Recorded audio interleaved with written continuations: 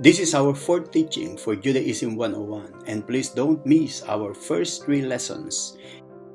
Jewish observance is central to Judaism from the beginning of their history, but today in modern world, with the resulting freedom of religion in various places, religious practice is voluntary. We will talk in this video about the Dietary Law, ritual purity, prayers, ethics, and others. 1. Let's start with Jewish dietary laws. The Jewish dietary laws are known as kashrut. It deals with the foods that Jews are permitted to eat and how those foods must be prepared according to the Jewish laws. Most of the basic laws of kashrut are derived from the book of Torah. Leviticus 11:2-3 said, "These are the animals which you may eat among all the animals that are on the earth. Among the animals, whatever divides the hoof, having cloven hooves, and chewing the cud, that you may eat." In Deuteronomy 12:15 said, "You may slaughter and eat meat within all your gates. Whatever your heart desires, according to the blessing of the Lord your God, which He has given you, the unclean and the clean may eat of it, of the gazelle and the deer alike." Their details and practical application, however, are set down in the Talmud and elaborated on in the later rabbinical literatures. Food prepared in accordance with the law is termed kosher, means fit, that is, fit for consumption, while the food that is not kosher is known as trefa. People who observe these laws are colloquially said to be keeping kosher. There are reasons why do the Jews live in kosher. They are tests of obedience to the Lord, philosophical or practical or hygienic reasons. Over the past century, many kashrut certification agencies have started to certify products, manufacturers, and restaurants as kosher. This labeling is useful in many diets, including for those within religions that expect adherence to the kosher food laws. Also, people with allergies to dairy foods use the kosher forever designation to determine that a food has no meat or dairy-derived ingredients.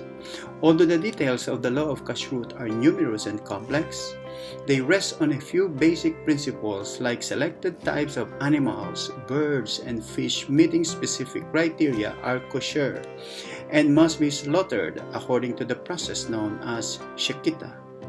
Blood may never be consumed and must be removed from meat by a process of salting and soaking in water for the meat to be permissible for use.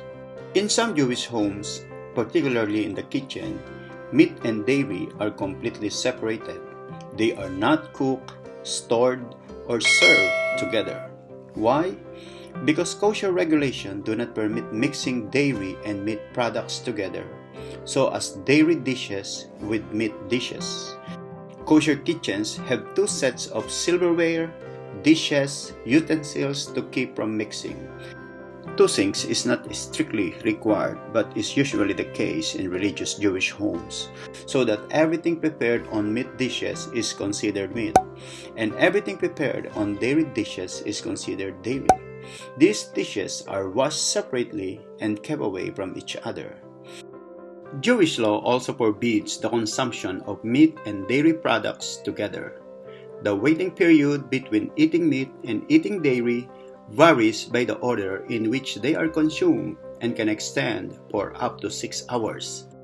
The biblical support for these practices can be found in Deuteronomy 14:21, Exodus 23:19, and 34:26 that says, "You shall not boil a young goat in its mother's milk." The Bible does not give specific reasons for most of the laws of kashrut. However, a number of explanations have been offered, including maintaining ritual purity, teaching impulse control, encouraging obedience to God, improving health, reducing cruelty to animals, and preserving the distinctiveness of the Jewish community. 2. Our second lesson is about the laws of ritual purity. And there are 2 important things to learn about this law. 1. Ritually pure or tahara. 2. Ritually impure or tum'ah. Ritually pure or tahara means a person is qualified to be used for a certain holy activities called kedusha in Hebrew. Ritually impure or tum'ah means unsuited for certain holy activities until undergoing predefined purification actions that usually include the elapse of a specific time period. Tum'ah could also mean uncleanness. The Bible describes circumstances in which a person who is ritually pure may become ritually impure. Some of these circumstances are contact with dead bodies, graves, dead animals, or women after childbirth, or their monthly menstruation, men after sexual discharge, and contact with people who have become impure from any of these. We can find that in Leviticus 15:19-30. During the temple period, the priests were required to eat their bread offering in a state of ritual purity, which laws eventually led to more rigid laws being enacted, such as hand washing, which became a requisite of all Jews before consuming ordinary bread. The most common method of achieving ritual purity, tahara, is by a person or object being immersed in a ritual bath called mikveh. What is mikveh? A mikveh in the Hebrew Bible is a gathering or collection of water. The word came to refer to a pool of water used for ceremonial cleansing. One who is impure or ritually unclean before immersion will be pure or ritually clean after immersion. That's why a person would have to be ceremonially clean before entering the temple. Clothing and utensils can also be cleansed by ritual immersion according to Leviticus 11:31. Later, during the First Temple period, ritual immersion became part of the proselytes' conversion to Judaism.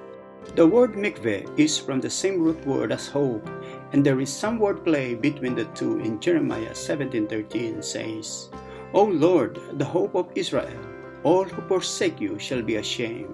Those who depart from me shall be written in the earth, because they have forsaken the Lord, the fountain of living waters. Here mikveh is translated hope, and then described as the fountain of living water, which was the requirements for a mikveh, a naturally flowing water. Following the destruction of the Second Temple in the 1st century, ritual impurity status ceased to have practical consequences, with the exception of women's monthly period cycle and men's sexual diseases. Today, the Orthodox, Conservative, Reform, and Reconstructionist Jews have different practices regarding the use of the mikveh, but the theme of spiritual purification and cleansing is common to all of them. Physical cleansing is not in view, as participants are supposed to be physically clean before entering the pool. Our third lesson is Jewish prayers. Jewish prayer, or tefillah in Hebrew, is the prayer recitation that forms part of the observance of Rabbinic Judaism. These prayers, often with instruction and commentary, are found in the traditional Jewish prayer book called Siddur. Prayer, as a service of the heart, is in principle of Torah-based commandment. It is not time-dependent and is mandatory for both Jewish men and women. 3 prayer services are recited daily: morning prayer, shacharit; afternoon prayer, mincha; and evening prayer, ma'ariv. Prophet Daniel prayed 3 times a day, Daniel 6:10. According to Jewish tradition, the 3 prayers were instituted by the forefathers. Abraham instituted the morning prayer. The reference is in Genesis 20:17. Isaac first prayed the afternoon service, Genesis 25:21, and Jacob was the first to say the evening prayer, Genesis 32:9. Also, there are additional prayer services that are recited on Sabbath day and holidays. Number 1 is Musaf, means additional, recited during weekly Sabbath, and Ne'ilah means closing, recited only on Yom Kippur. What is prayer of 10 men called minyan? Individual prayer is considered acceptable, but prayer with a quorum of 10 Jewish adults, a minyan, is the most highly recommended form of prayer and is required for some prayers. An adult in this context are qualified to join the minyan, at least 13 years old, bar mitzvah. The Orthodox rabbis had exempted women because the women in the past were being bound up in an endless cycle of pregnancy, birthing, and nursing from a very early age. However, in more modern non-Orthodox streams, women are also counted. The most common activity requiring a minyan is public prayer service. Minyan comes from the Hebrew root mane, meaning to count, and is related to the Aramaic word mene that appeared in the writing on the wall in Daniel 5:25. Over the many centuries, variations have emerged among Jewish communities and denominations. Most of the Jewish liturgy is sung or chanted with traditional melodies. Synagogues may employ a cantor for the purpose of leading the congregation in prayer, especially on Shabbat or holidays. What is the ideal prayer direction for the diaspora Jews?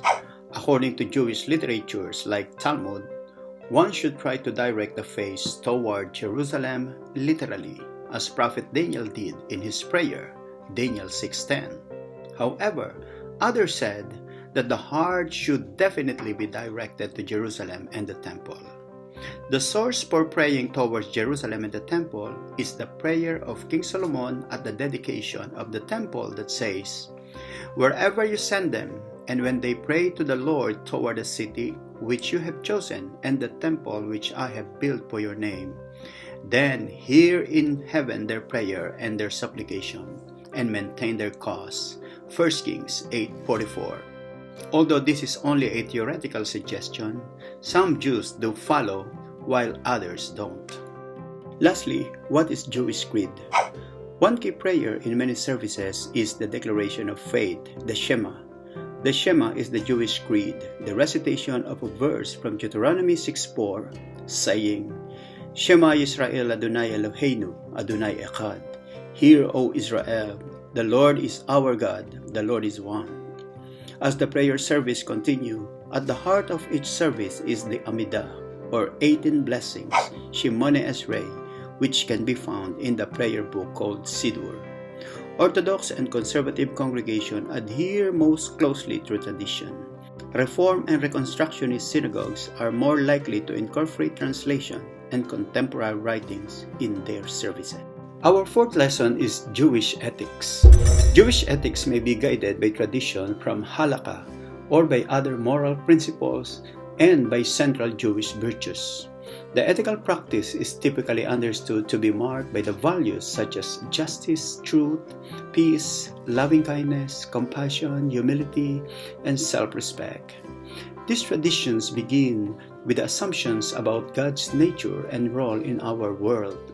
God exists, cares about this world, and makes demands of human beings. The involvement of God in moral issues gives Jewish ethical thinking a passion and urgency beyond what is to be found in many other traditions. The tradition of Jewish ethics relies on biblical model, the Hebrew Bible.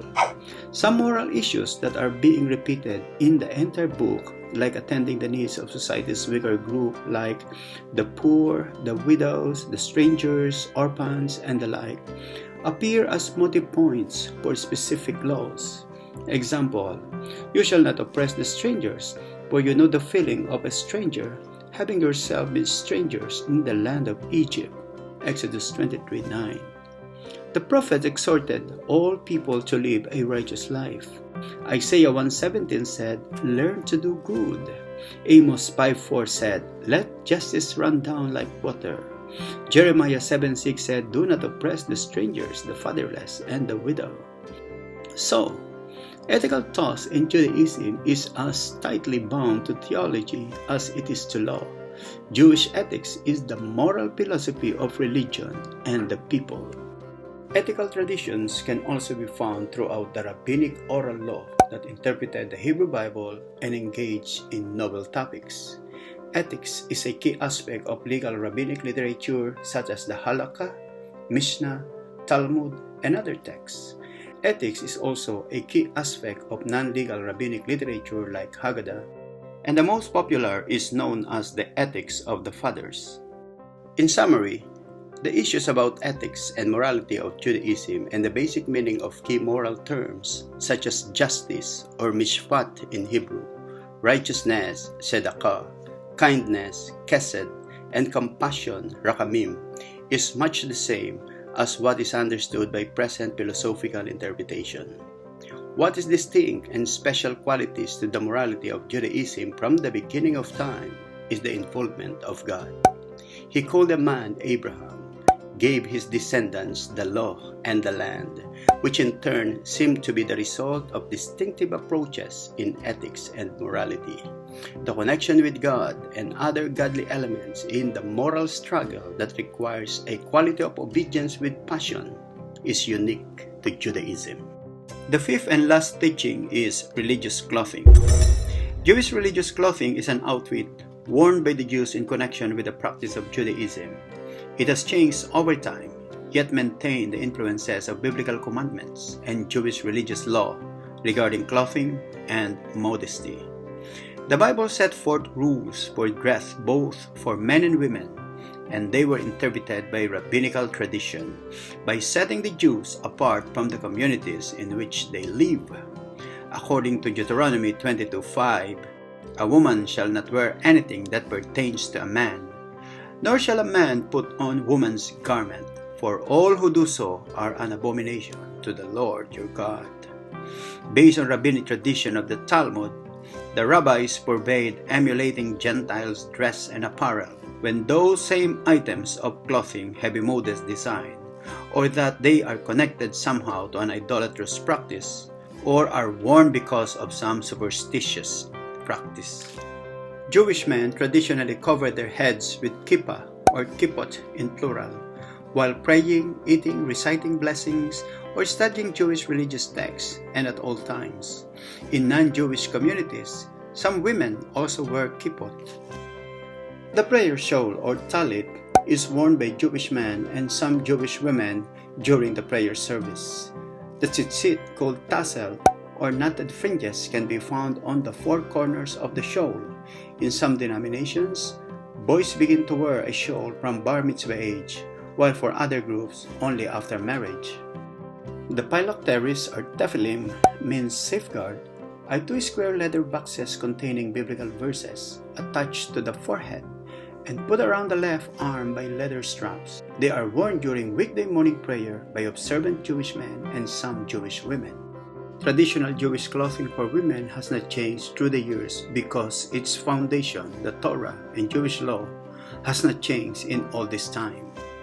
In summary, Jewish observances are the following. 1. Dietary laws, known as kashrut.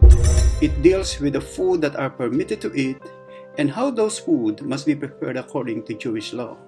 2. Laws of ritual purity, and the two issues are ritually pure or tahara, and the ritual bath called mikveh, and ritually impure or tum'ah. 3rd, Jewish prayers, tefillah. They are recitation often with instruction and commentary using the traditional Jewish prayer book called Siddur, and there are 3 prayer services that are recited daily. 4th is Jewish ethics. What is distinct in Jewish ethics is the involvement of God, the covenant with Abraham, the provision of land, and the obedience to the law of God. And 5, the religious clothing. These are outfits worn in connection with the practice of religion. They are influences of biblical commandments and Jewish religious law. Though there are many things that need to learn about Jewish tradition, the 4 videos that I have explored are basic and introductory to Judaism 101. As Christians, we don't have to know all things about Judaism. Christ is enough for us, the object and center of our faith, the Messiah and Savior of the world. Thank you for being here. Be safe always, write your comments, and don't forget to subscribe. Baruch Hashem. God bless.